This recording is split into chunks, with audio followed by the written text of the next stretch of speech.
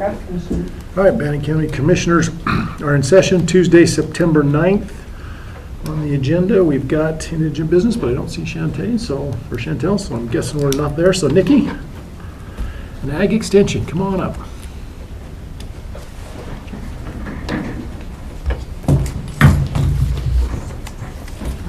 Nikki Ennis, County Chair and Extension Educator for 4-H. I'm Jennifer Reeder, an Extension Educator for Family Consumer Sciences. So she's our new FCS educator for the office, so thought she wanted to come up with me, and so I thought it'd be a great introduction also. Great, thank you. Thanks Welcome. for having me. So we have the standard extension agreement that we need to sign, and then it's for, we send this up to the University of Idaho, and it's our agreement with Bannock County, so the commissioners sign it, and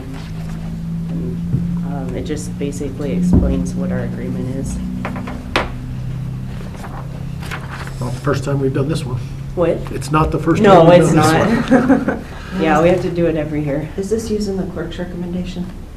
Or did she update it for the final budget? I think she updated it. She said it was supposed to be updated to the corrected budget. Because I know there was an issue with some numbers. But Yeah, I sent her an email, but she Okay. never really clarified if she used. Oh, she did. She told me this morning it was updated. Okay. Yeah, it's corrected. Okay. Jonathan, you got anything on this? I didn't say anything. Okay. Commissioner Bullock, you got I anything? didn't either. You turned this way and I was answering before you. Ernie, got any questions? Okay. I'd go ahead and make a motion that we sign the ag extension agreement with the University of Idaho. All right, we have a motion. Is there any further discussion? All right, all in favor, say aye. Aye. Okay. Thank you, guys. Thanks. I just wanted to say thank you for your support for extension. We really appreciate it. So, Okay, it's well, been keep a up the great good year work. this year. Keep up Thanks. those 4-H kids. Yeah. Growing that program. That was It's growing for sure. Yeah. awesome. Yeah. Okay. Thank you, guys. Thanks. Tristan, Is not here. so how? Yeah, David. And Angela, if you want to come up, grab that mic. First off, I'd like to thank you for this nice reading packet. Now you can thank Mr. Stites for that nice reading packet. Sorry, it's a little long. It was very informative. How's that? I know more about the floodplain than I want to. Yeah, me too. Go ahead, Hal. Real quickly, by way of introduction, Hal Jensen, Planning Director. David and Angela States, property owners requesting variance for floodplain. Just for the record, I've known Mr. States, attended engineering school with him back in the day. His wife and my wife taught at Ellis Elementary for years upon years, so know him well, and I am very appreciative of Mr. Stites and his thoroughness. Real quickly, we've spent 15 to 18 months in different meetings with David as he's prepared to build a new home on his property. And one of the items that has surfaced is the amount of money that it costs because of the freeboard that we have in our floodplain ordinance. We have a safety factor of an additional foot as recommended by the state, which means that it would be 2 feet higher than base flood elevation. David has lived on that property, or his family have, since 1959, and so therefore you have such extensive history as well as research relative to the floodplain. In our conversations internally, as we rewrite the ordinance, one of the items that we are seriously considering and probably will recommend is to reduce the freeboard to a foot rather than 2, because of the amount of money that it costs for items that we have in particular flood zones. So that said, you have the staff report, you have Mr. Stites' information placed in front of you. You have the staff report, which has a recommendation of approval. All of the items that go into a variance for floodplain have been identified through the staff report. And we have compliance on all of those particular items. If you have questions for me or Mr. Stites, we will entertain them. Okay, Commissioner Mulder, did you have something? My only thing is, I'm sorry it took this long, because we need to change our ordinance. We're in the process of looking at that. There's no reason for us to have it 2 feet, and all other standards, all other organizations have it at 1 foot, and so we're working on that. But, so that helped us, so thank you. Commissioner Bullock, anything? What in the world is freeboard? And where did that word come from? Freeboard is an engineering term relative to the floodplain, which is an additional height from base flood elevation. You see it on levees and dikes and dams, et cetera. There's a freeboard that's built in. They know that the general elevation is this, and freeboard, in the event of a 100-year event, is potentially going to be 1 foot higher than what they historically have for data. And as a safety factor, the state recommends an additional foot. So when we did the floodplain ordinance in 2021, it was recommended by the state, and at that time, we wrote that into the ordinance. Okay, I was just It's curious. a safety factor. I just wondered where that term actually come from, probably an old, where they used to use boards, to come up to build their houses. I'm just curious of where in the world that David? come from. I can't answer that. It's a FEMA thing. Okay. Um, I mean, I, we all have, all No our idea. cultures have those kind of things. I just wondering if that's, I also understand probably why it was 2 feet, because that way they were gonna err on that side, but 1 foot safety factor, 2 foot safety factor, rather yeah, than so, freeboard. anyway. But other than that, I'm just curious about the freeboard deal, more of an educational thing, but I'm okay. So is that, did I hear you say that is your recommendation, you and your staff? Yes. And before we leave, I just need to thank David for his diligence. I mean, every conversation that we've had relative to the development of the plans or the floodplain or whatever it has been, we have yet to have, in the 6 years that I've been here, a client that comes that well prepared that it's easy to have a conversation and understand what his intent is, what he wants to have. Okay. Yeah, and looking at the maps, I concur that I don't think 2 feet, especially in your property, is excessive for where you're at. You're not in that spot, it looks like to me, so. Yeah, when Hal brought this to me, I thought this made perfect sense when we're in the motion of changing the ordinance anyway, so I would entertain a motion at this time then. I would make a motion that we go ahead and grant the variance as requested. Okay. We have a motion. Is there any further discussion? No. All in favor, say aye. Aye. There you go. thank you very much. Wonderful, thank you. Enjoy the construction process. Thank you. Will do. And put the money you just saved to good use. Yeah. Thank you very much. All right, thank you. Shanda.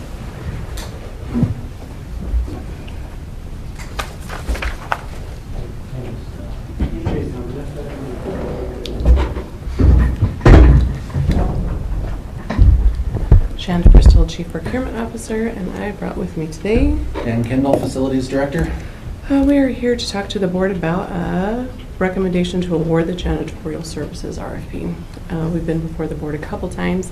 The last time, right, was wanting to make sure that the company that before we recommended them, that they had thoroughly reviewed their scope of work and were confident that they could do that work for the bid that they submitted, and Dan did that, and they are confident with their number, and they leave it as it was submitted.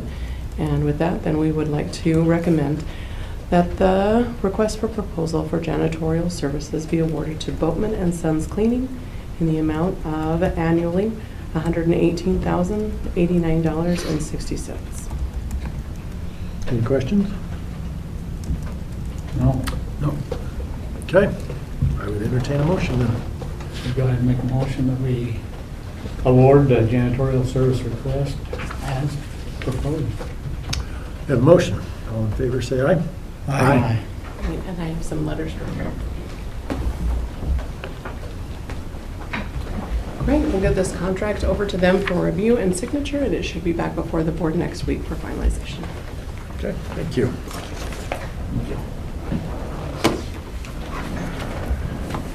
Christie. Christy Classer, Comptroller. I have a item on the board, or on the agenda. With changing auditors, Whitfleet did our lease accounting for us. That is not something that Dayton's going to be able to do for us. They feel like it's conflict. So I have before the board a contract for, or an order for debt book. It's going to cost $7,500 annually. If we can get this signed before the end of the month, they'll waive the $4,000 implementation fee. They're hoping to be able to have the information for us by about the middle of December so that we can have the entries and the footnotes for our financials. Legal has reviewed this. Jonathan had a couple of issues just to make the board aware. Under Section 5, when we provide information to debt book in order to effectuate Yeah, let's say it wrong. the services, that's just what it says. It's just a word I didn't know. The services, we have an obligation to identify any of that information as confidential, such as business affairs, product information, IP, trade secrets, third-party confidential information, etc. So the recommendation was to simply err on the side of marking any information we give them as confidential. And then the second is under that same section, if we are required to fulfill a public records request or a court order or subpoena that's will contain information for the debt book program, we'll need to give written notice to debt book before we provide that information. So I forwarded that to my contact at debt books, and they didn't have any concerns. And this is a 3-year contract. It is, but there is a 30-day out, so if by chance we decide to go away from leases over the next 3 years, we can cancel it entirely. There's also non-appropriations clause. So the face of the contract doesn't in-depth accounting past the current fiscal year. And is this a standalone program, or is it a piece for? It's standalone. It is standalone? Yeah. Okay. We tried going through Lease Query a handful of years ago. That did not work out well. At the same time, I had looked at debt book, but Lease Query actually was a lot cheaper. These guys only do leases for governments, which is a positive because there's a big difference between FASB and CASB reporting. Right. So this was not budgeted because it was not foreseen as we went through the budget process. So I am asking if we can use county operations for it. And then we will find funds in next year's budget to hopefully cover it out of the clerks. Okay. Yeah. My question was if this is like an offshoot of a plug into Tyler or not, but it's a completely standalone. Yeah. Okay. There's really not, for lease accounting, there's really no, you're going to have to go standalone. There's really nothing you can get that's a part of Tyler. Okay. They've got to put all the leases in, get me amortization schedules, get me by asset, the value, the depreciation, and then the amortization's not depreciation, and then the value, and then there's also a ton of footnotes that we have to do with leases. Okay. So, All right. Any further discussion? So is Dayton okay with this particular company? yes. In fact, They used they'll- it before? Yes, they do, and they'll be able to have a login, so they can go in and review the information.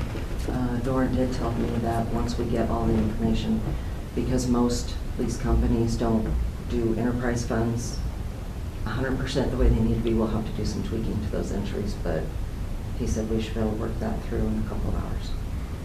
Okay. The only other question, effectuate? Are you on vocabulary No, today? I'm just sitting there going, all right, how would That's Mr. why I did Rogers that. accept this? And today's word is, what's our recourse if there ever is a breach of confidentiality or something? Because we're dealing with companies out there that, I agree, this information is very sensitive. Mhm. If there's a discovery of something gone haywire, what do we do from that point? Well, you'd sue under breach of contract. Okay, So, Correct, and your damages would be tied to whatever damages come from the disclosure of that confidential information. but you feel confident that we have that remedy and Yeah, and I very much doubt that a company like that would be careless Okay. with confidential information. but there's all kinds of breaches in American Express through the Yeah. years, and, I mean, it could happen. Yeah. So. But that's kind of the cost of doing business. Right, okay. I'm good with that. I would go ahead and make the motion that we go ahead and sign, have the, I think it's just chairman's signature on this It one. is just chairman. Go ahead and authorize the signature to engage in this contract Okay. for the software. Motion, any further discussion? And use county operations to pay for it. And use county operations. And I was just getting ready to say that. Okay, now, And use the county funds for that. now we have a motion. All in favor, say aye. Aye. All right. Thank you. Next on the agenda, we have three resolutions. We have Resolution 2025-58, adopting the fee changes and new fees for FY '26. Resolution 2025-59, approving the fiscal year 2026 Bannock County budget. And Resolution 2025-60, approving tax cancellation requests. Any discussion on those? I would entertain a motion then. Go ahead and make a motion that we approve resolution 2025-58, 59, and 60. We have a motion. Any further discussion? No. All in favor, say aye. Aye. Okay. Next is the signature only, which is the FY '25 agreement from, for the sheriff's office to provide protection for SIYFL, the Little League football. And that's it, Bannock County Sheriff memo and commission memo. Any discussion on those items? This is pretty well the same contracts we've had in the past. isn't it? Correct. Increase the fee. Yeah, they did up the fee a little bit. But it's nice, yeah, it's up to $63 an hour for the sheriffs. So again, that's their overtime rate. And it is nice to have those guys up there on the field, so appreciate that. And in the parking lot. Yes, and in the parking lot. Any further discussion on either of those? No. Okay. I would move that we approve the law enforcement protection contract and the sheriff's memo and the commissioner's memo on the retirement and the delivery of gun to said retiree. All in favor, say aye. Aye. That brings us to the consent agenda. Any questions, comments, or concerns on that? It's definitely interesting and some of it is noted. I'll go ahead and make the motion that we approve those items on the consent agenda. Okay, we have a motion. Any further discussion on that? All in favor, say aye. Aye. Aye. Okay. And with that, we